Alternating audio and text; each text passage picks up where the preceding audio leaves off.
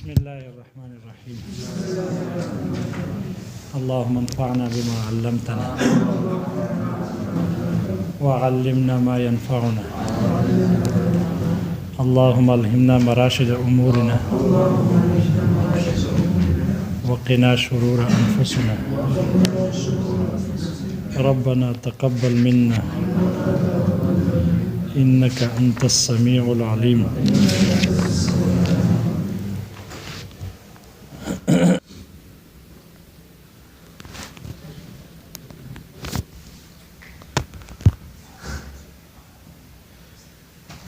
ثم للقیاس تفسیر لغتاً و شریعتاً. پھر قیاس کی ایک تعریف ہے، تفسیر اے تعریف، ایک تعریف ہے لغتاً اور شرعاً، کما ذکرنا جیسے کہ ہم ذکر کر چکے ہیں. قیاس کی تعریف جو مصنف نے ذکر کی ہے، لغتاً قیاس کہتے ہیں اندازہ کرنا. کیا کرنا؟ اندازہ کرنا. لغت میں کہتے ہیں اندازہ کرنے کو کہتے ہیں، تقدیر کے معنی میں ہے. اور شریعت میں کہتے ہیں تقدیر الفرع بالاصل فی الحکم والعلت. فی الحکم والعلت. یہ قیاس کی تعریف جو ماتن نے ذکر کی ہے. ایک قیاس کی مشہور تعریف جس کو شارح نے ذکر کر کے اس پر اعتراض بھی ذکر کیا ہے، وہ تعدیۃ الحکم من الاصل الی الفرع بعلت جامعۃ یا بعلت مشترکۃ. یہ مشہور تعریف.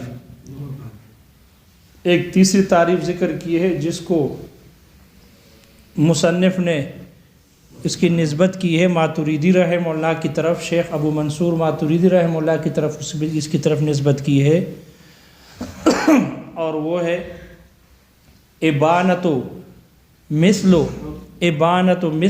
حکم احد المذکورین. مذکورین میں سے ایک کے حکم کے مثل کو ظاہر کر دینا.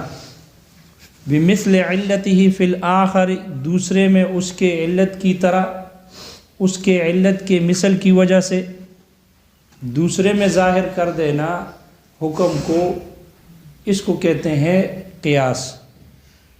تو قیاس کی تین تعریفیں ہو گئی. اس لیے مصنف نے کہا، یہاں پر مصنف یہاں ایک بحث ذکر کرتے ہیں کہ قیاس کے لیے ایک تعریف ہوتی ہے لغتاً اور شرعاً، اور ایک قیاس کے لیے شرط ہوتی ہے، اور ایک قیاس کا رکن ہوتا ہے، اور ایک قیاس کا حکم ہوتا ہے، اور ایک قیاس پر وارد ہونے والے اعتراضات کے جوابات ہیں. 5 قسم کے مباحث قیاس میں ذکر ہوں گے. 5 قسم کے مباحث. پہلی بحث جو تعریف سے متعلق تھی لغتاً و شرعاً، وہ گزر چکی ہے. آگے دوسری بحث کر رہے ہیں، قیاس کے شرائط ذکر کر رہے ہیں. قیاس کے شرائط ذکر کر رہے ہیں. اور تیسری قسم ہے قیاس کا رکن ذکر کرتے ہیں. چوتھی قسم چوتھی بحث ہے وہ قیاس کے حکم سے متعلق ہے. اور 5ویں قسم ہے دفع ہے، رد کرنا ہے. دفع سے مراد یہ ہے کہ خصم کے قیاس کو دفع کرنا ہے. خصم کے قیاس کو دفع کرنا ہے، اور یا یہ کہ اپنے قیاس پر وارد ہونے والے اعتراضات کو دفع کرنا ہے، دور کرنا ہے. دونوں مراد ہو سکتے ہیں. یہ 5 قسم کے مباحث ہیں. تو پہلی بحث گزر گئی تعریف سے متعلق. دوسری بحث ہے قیاس کے شرائط. قیاس کے 4 شرائط ہیں. کتنی شرائط ہیں؟ 4 شرائط ہیں، جن میں 2 عدمی ہیں اور 2 وجودی ہیں. 2 عدمی ہیں اور 2 وجودی ہیں. جو عدمی ہے 2، ان کو مصنف نے مقدم کیا ہے، اس لیے کہ عدم وجود سے پہلے ہوتا ہے، اس لیے عدمی کو مقدم کیا وجود پر. پہلی شرط یہ ہے کہ وہ اصل وہ مخصوص نہ ہو اپنے حکم کے ساتھ دوسرے نص کی وجہ سے. اصل قیاس میں جب اصل کی بات ہوتی ہے جس کو اصل کہا جائے، جس کو فرع کہا جائے، تو اصل سے مراد مقیس علیہ ہوتی ہے. اصل سے مراد مقیس علیہ. مقیس علیہ جانتے ہو کیا ہوتی ہے؟ جس پر قیاس کیا جائے. تو جب قیاس کے باب میں اصل کہا جائے تو اس سے مراد مقیس علیہ ہے. تو پہلی شرط یہ ہے جو شرط عدمی ہے، وہ یہ کہ اللہ یکون الاصل مخصوصا بحکمہ، کہ وہ اصل مخصوص نہ ہو اپنے حکم کے ساتھ، بنص آخر، دوسرے نص کی وجہ سے. وہ اصل مخصوص نہ ہو، یہ ہے شرط عدمی، نہ ہو. دوسری شرط یہ ہے کہ اللہ یکون معدولا بہ عن القیاس، کہ وہ حکم، وہ مقیس علیہ کا جو قیاس ہے، حکم جو ہے، وہ قیاس کے طریقے سے ہٹا ہوا نہ ہو.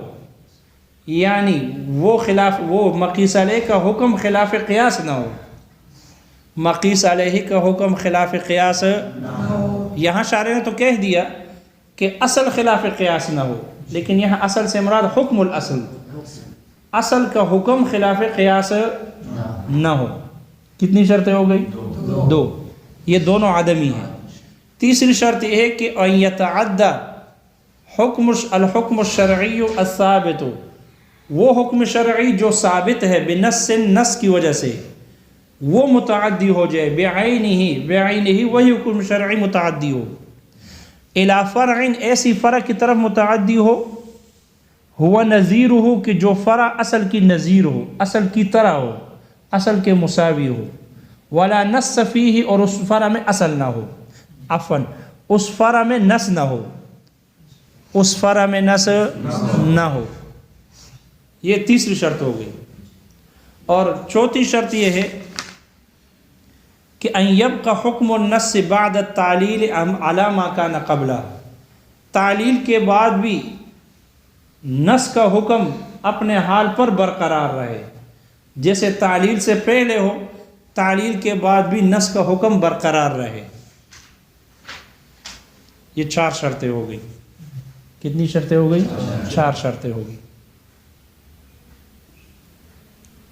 پہلی شرط یہ ہے کہ اصل وہ مخصوص نہ ہو اپنے حکم کے ساتھ دوسرے نص کی وجہ سے.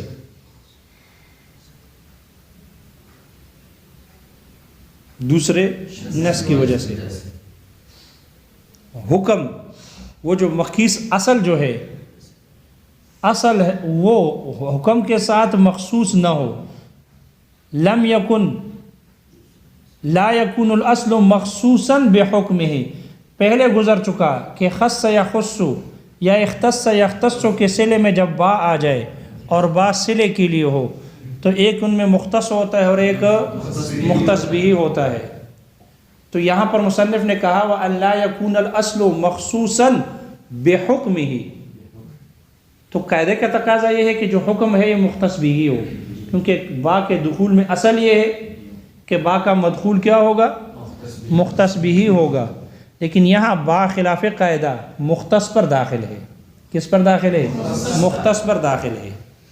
اس کو مختص اور مختص بھی کے عنوان سے بھی تعبیر کیا جاتا ہے، اور اس کو مقصور اور مقصور علیہ کی تعبیر سے بھی اس کا وہ کیا جاتا ہے، ذکر کیا جاتا ہے. مقصور مختص اور مقصور علیہ مختص بھی، اس کے عنوان سے بھی اس کو ذکر کیا جاتا ہے. یہاں شارح نے اس کو مقصور اور مقصور علیہ کے عنوان سے ذکر کیا ہے. تو یہاں با جو داخل ہے یہ مقصور پر داخل ہے، مختص پر داخل ہے خلاف قاعدہ. اب مطلب یہ ہو جائے گا اللہ یکون الاصل مخصوصا بحکمہ، کہ وہ حکم اصل کے ساتھ خاص نہ ہو، حکم اصل کے ساتھ خاص نہ ہو، یعنی وہ اصل مختص بھی نہ ہو حکم کے ساتھ، مختص بھی نہ ہو، یا یہ کہو کہ حکم اصل کے ساتھ خاص نہ ہو. بنص آخر، پھر دوسرے نص کے ساتھ بھی با آ گئی، بنص آخر، یہ جو بنص آخر میں با آ گئی یہ با سببیہ ہے، دوسرے نص کی وجہ سے، دوسرے نص کی وجہ سے. اور یہاں اس نص سے مراد دلیل مراد ہے، اس نص سے مراد دلیل ہے، چاہے وہ کتاب اللہ کی ہو، سنت رسول کی ہو، یا اجماع کی ہو، دلیل مراد ہے. دوسرے دلیل کی وجہ سے حکم اصل کے ساتھ مخصوص نہ ہو۔ کیوں؟ اس لیے کہ اگر کسی نص میں، کسی قیاس میں حکم اصل کے ساتھ مخصوص ہو اور دوسرا نص اس پر دلالت کرتا ہو، اور پھر آپ اس کے باوجود اس کو قیاس کرتے ہو، اس کو متعدی کرتے ہو فرق کی جانب، یا فرق کو اس پر قیاس کرتے ہو، تو اس میں تو نص موجود ہے، نص دلالت کر رہی ہے کہ یہ حکم اسی کے ساتھ خاص ہے، اور آپ قیاس کے ذریعے سے فرق کو اس پر قیاس کرتے ہو، تو آپ اس قیاس کی وجہ سے اس نص کو باطل کر رہے ہو کہ جو نص اس کے اندر، جو نص دلالت کرتا ہے کہ یہ حکم اسی کے ساتھ خاص ہے۔ ایک نص دلالت کر رہی ہے کہ یہ حکم اسی مقیس علیہ کے ساتھ خاص ہے، یعنی آپ اس پر کسی اور کو قیاس نہیں کر سکتے، اور پھر آپ قیاس کے ذریعے سے فرق کو اصل پر قیاس کرتے ہو، تو پھر آپ قیاس کے ذریعے سے اس نص کو باطل کر رہے ہو، اور قیاس کے ذریعے سے نص کا باطل کرنا درست نہیں ہے۔ پتنی بات، یہ بات سمجھ میں آ گئی؟ جی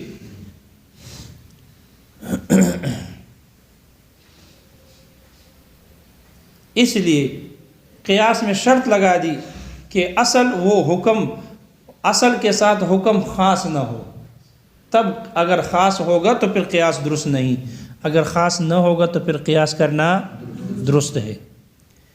اس کی مثال ایسی ہے جیسے کہ حضرت خزیمہ رضی اللہ عنہ ہے۔ مسئلہ سمجھو، ایک مرتبہ آپ علیہ الصلوۃ والسلام نے ایک بدو سے، ایک اعرابی سے اور دیہاتی سے اونٹنی خریدی، آپ نے پیسے دے دیے اور اونٹنی کی بے کر دی۔ دیہاتی نے ثمن وصول کرنے سے انکار کیا کہ آپ نے مجھے پیسے نہیں دیے۔ آپ نے فرمایا میں نے پیسے دے دیے، آپ کو پیسے دے دیے، اونٹنی خرید لی۔ دیہاتی نے کہا نہیں، آپ نے پیسے دیے نہیں ہیں، اگر آپ نے پیسے دیے ہیں تو گواہ لے آؤ۔ تو آپ نے فرمایا کہ میرے پاس تو کوئی گواہ تھا ہی نہیں، یہ معاملہ ہمارا اکیلے میں ہوا ہے، اس وقت میرے پاس تو کوئی گواہ موجود ہی نہیں تھا، کوئی تھا ہی نہیں کہ کیسے گواہ بناؤں اس پر، کیونکہ یہ معاملہ ہمارے آپ کے درمیان میں اکیلے ہوا ہے۔ تو اعرابی نے کہا نہیں، آپ نے پیسے دیے نہیں ہیں، جب تک کہ گواہ نہ لاؤ اس پر تب یہ بات تسلیم نہیں۔ تو حضرت خزیمہ رضی اللہ عنہ وہ موجود تھے، انہوں نے جب دیکھا کہ آپ علیہ الصلوۃ والسلام سے وہ گواہ مانگ رہے ہیں اور گواہی طلب کی جا رہی ہے اس مسئلے میں، تو حضرت خزیمہ رضی اللہ عنہ نے فرمایا کہ یا رسول اللہ میں گواہی دیتا ہوں کہ آپ نے پیسے دے دیے۔ تو آپ نے تعجباً فرمایا کہ خزیمہ آپ تو میرے ساتھ موجود ہی نہیں تھے بے کے وقت، معاملے کے وقت، تو آپ کو کیا پتہ کہ میں نے پیسے دیے نہیں دیے؟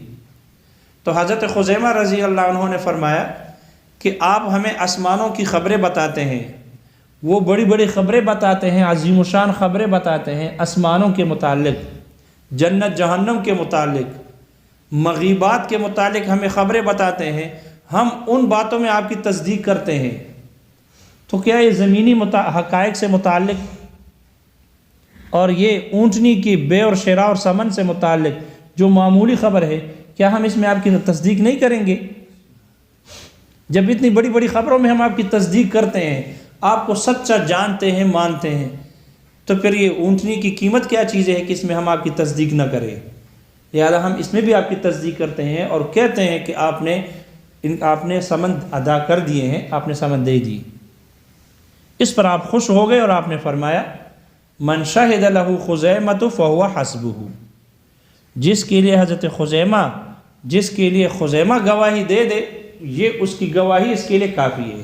یعنی ایک خزیمہ کی گواہی دو بندوں کے قائم مقام ہے، اور یہ ایک خزیمہ کی گواہی اس کے لیے کافی ہے، دوسرے گواہ کی ضرورت نہیں ہے۔ یہ آپ نے خوش ہو کر ان کے لیے بطور اعزاز کے فرمایا، دوسروں پر فضیلت دیتے ہوئے فرمایا، لہذا یہ حضرت خزیمہ رضی اللہ عنہ کا اعزاز تھا۔ اب دیکھو یہاں پر حضرت خزیمہ رضی اللہ عنہ یہ صحابی ہیں، یہ ایک آدمی ہے، یہ مقیس علیہ ہے، اور ایک آدمی کی گواہی کا قبول ہونا یا قبول کرنا، یہ قبول کرنا یہ حکم ہے، یہ کیا ہے؟ حکم ہے۔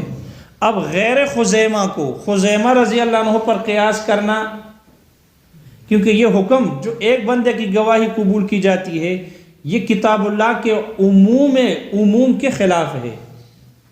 کتاب اللہ میں عام حکم، عام لوگوں کے لیے حکم یہی ہے، وَاسْتَشْهِدُوا مِن شَهِيدَيْنِ وَاسْتَشْهِدُوا شَهِيدَيْنِ مِن رِجَالِكُمْ، وَاسْتَشْهِدُوا اپنے مردوں میں سے دو کو کیا بنا دو؟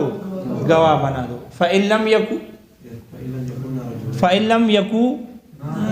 يَكُونَا رَجُلَيْنِ فَرَجُلٌ وَامْرَأَةٌ، اگر دو مرد نہ ہو پھر فرجل و امرأتان، تو اگر دو مرد نہ ہو تو ایک مرد اور دو عورتوں کو کیا بنا دو؟ عام لوگوں کے حق میں اصول اور ضابطہ یہی ہے کہ گواہی کے لیے عدد شرط ہے۔ عدد کیا ہے؟ شرط ہے۔ لہذا دو مردوں کو گواہ بناؤ، دو مرد نہ ہو پھر ایک مرد دو عورتیں ہوں۔ لیکن یہاں پر آپ علیہ الصلوۃ والسلام نے ایک حضرت خزیمہ رضی اللہ عنہ کی گواہی کو دو کے قائم مقام بنا دیا اور اس کو کافی قرار دیا۔ تو حضرت خزیمہ رضی اللہ عنہ یہ اصل ہے، مقیس علیہ، اور ایک مرد کی گواہی کا قبول کرنا یہ حکم ہے، یہ حکم ہے۔ اور دوسرے کو اس پر قیاس کرنا، غیر خزیمہ کو حضرت خزیمہ پر قیاس کرنا، چونکہ یہ حکم اسی کے ساتھ خاص ہے، عام کتاب اللہ کے عموم کے خلاف ہے، اسی کے لیے ثابت ہے، اسی کے ساتھ خاص ہے، تو غیر خزیمہ کو حضرت خزیمہ پر قیاس کرنا درست نہیں ہے، اگرچہ وہ اس سے حال میں درجے میں بڑھ کر ہو، جیسے کہ خلفائے راشدین ہے، خلفائے راشدین ہے، امہات المومنین ہے، وہ حضرت خزیمہ رضی اللہ عنہ سے مرتبے میں اور حال میں بڑھ کر ہے، درجے میں بڑھ کر ہے، لیکن وہ بھی عام ضابطے میں داخل ہیں، ان میں ایک بندے کی گواہی دو کے قائم مقام نہیں۔ یہ صرف حضرت خزیمہ رضی اللہ عنہ کا اعزاز ہے جو آپ علیہ الصلوۃ والسلام نے ان کو دیا ہے، لہذا غیر خزیمہ کو حضرت خزیمہ پر قیاس کرنا درست، کیونکہ یہاں جو حکم ہے وہ اصل وہ مقیس علیہ کے ساتھ خاص ہے، جب اس کے ساتھ خاص ہے تو اب دوسرا کو غیر خزیمہ کو خزیمہ پر قیاس کرنا درست نہیں۔ اب یہاں پر دوسرے نص کی وجہ سے ہے، اور وہ دوسرا نص ہے آپ علیہ الصلوۃ والسلام کا فرمان ہے، من شہد لہ خزیمۃ فہو حسبہ، من شہد لہ خزیمۃ فہو حسبہ۔ لہذا یہ نص آپ علیہ الصلوۃ والسلام کا یہ فرمان، یہ اگر ہم قیاس کریں گے تو پھر یہ نص باطل ہو جائے گا، قیاس کی وجہ سے یہ نص باطل ہو جائے گا۔ خیال کرنا اردو شارحین نے یہاں اس نص کی جگہ، اس روایت کی جگہ اللہ تعالیٰ کا یہ فرمان ذکر کیا ہے، وَاسْتَشْهِدُوا شَهِيدَيْنِ مِن رِجَالِكُمْ، آیت کو ذکر کیا ہے اردو شارحین نے۔ محشی کہتے ہیں اس طرح نہیں، محشی نے ذکر کیا من شہد لہ خزیمۃ، آپ علیہ الصلوۃ والسلام کے اس فرمان کو ذکر کیا۔ تو اگر آپ قیاس کرو گے، دوسرے کو اس پر قیاس کرو گے، تو آپ علیہ الصلوۃ والسلام کا یہ فرمان من شہد لہ خزیمۃ فہو حسبہ، یہ آپ کا فرمان کیا ہو جائے گا؟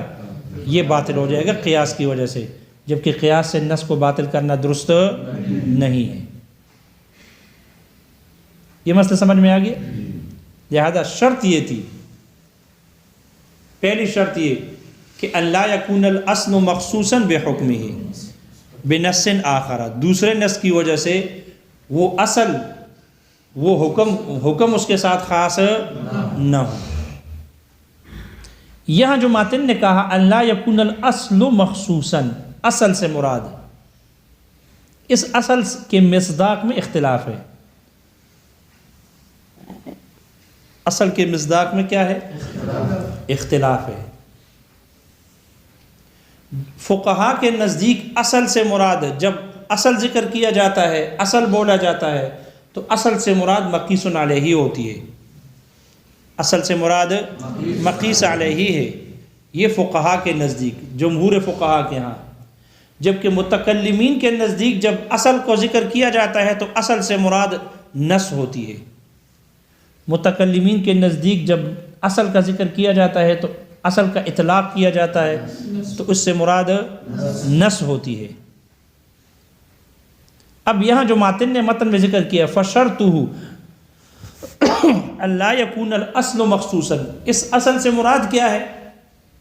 فقہا کہتے ہیں مقیس علیہ ہے، اسی پر شارح نے تشریح کی ہے، اور متکلمین کہتے ہیں اس اصل سے مراد نص ہے۔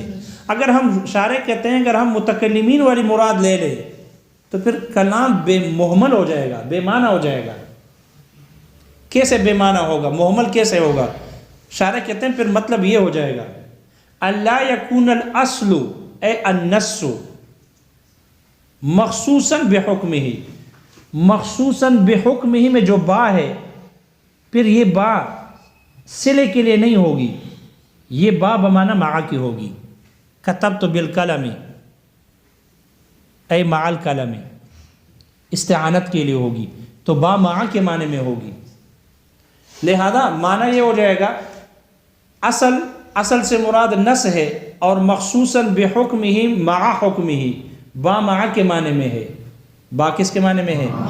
اور بنص آخر جو اس میں جو با آئی ہے وہ با ہے صلے کا، وہ با کیا ہو جائے گی؟ صلے کے لیے ہو جائے گی۔ اب مطلب یہ ہو جائے گا اللہ یکون الاصل اے النص مخصوصاً مع حکمہ، نص اپنے حکم کے ساتھ، اپنے حکم سمیت یہ مخصوص نہ ہو، یعنی مختص بھی نہ ہو، بنص آخر دوسرے نص کے ساتھ، یعنی دوسری نص اس کے ساتھ خاص نہ ہو، دوسری نص اس کے ساتھ خاص ہے۔ اگر دوسرے بنص آخر میں با یہ صلے کے لیے ہے تو یہاں پر بھی با خلاف قاعدہ مختص پر داخل ہے، مقصور پر داخل ہے۔